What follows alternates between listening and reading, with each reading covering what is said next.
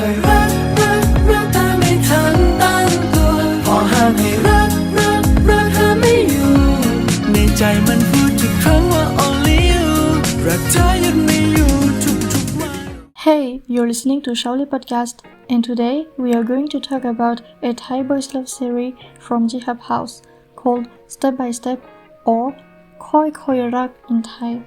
It was released on April 18th and it ended on July 5th of this year, with 12 episodes in total for around 1 hour per episode, except for the last one. It took around 1 hour and 30 minutes. Basically, it was like a movie. The director is thaibl. His other works are Thai Lovely Rider and recently I Feel You Linger in the Air. You can watch it on YouTube or WeTV's Thailand, but if you watch on WeTV, you have to pay for the uncut version. It's in case if you're living in Thailand or you can't access on YouTube because it's the uncut version. It's a romantic comedy, but also with a business genre. It's literally an office takes place series. It's kind of a breath of fresh air, right? I would like to inform you first that my first 4 episodes are going to be a bit different because I started to make reactions videos, but then I had to cut several scenes, and for the others it was blocked. So I gave up and came up to make a recap kind of video. Hope you all still enjoy it. Okay, before jumping to make a recap of the first episode, let's talk about the cast. I think I'm not the only one to say that I didn't know them until now. By them, I'm talking about the main lead, Man Trisanu, who played the role of Mr. Jeng or Kun Jeng that I used later, and Ben Winyapon, who played the role of Pat, the new employee freshly graduated from Los Angeles. But at that time, I have watched the pilot and it was nice, I guess. So yes, I didn't expect it much. Just let's see when it comes out, and here it is. But for the support characters, some actors from Lovely Rider are back, so it's super nice to see them again, such as Bruce Zerikon, Apumpat, and So Nathanan. So what happened in the first episode? We followed Pat being a new employee at GN Group. It's like it was his first day, he was happy, but when he met his co-workers who asked him to do several tasks, he became annoyed, and then there was a scene in which he was having a lunch break with his friends, and his friends A and Bim seems to be older and worked in another company.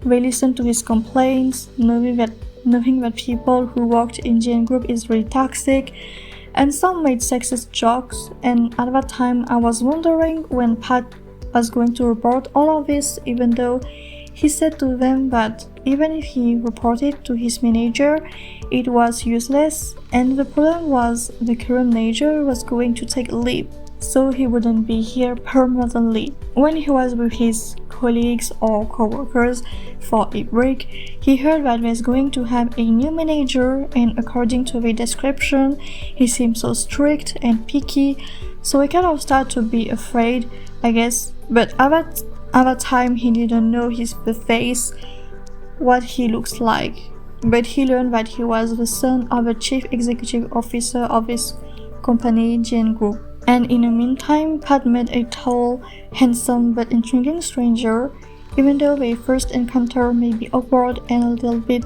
embarrassing, but later on that was nice. Well, not really, because Pat said some things he shouldn't to begin with in front of him. The stranger was not even the other main lead, so yes, that was Kun Jeng. That was a bit funny, but I also felt bad for him. And later, he was also talking with his 2 friends and the boyfriend of A. He was obviously talking about the stranger he met earlier, but even though his friends encouraged him to go for it, he was reluctant about it. There's also a scene where Pat met Kun Jeng once again, but without being noticed.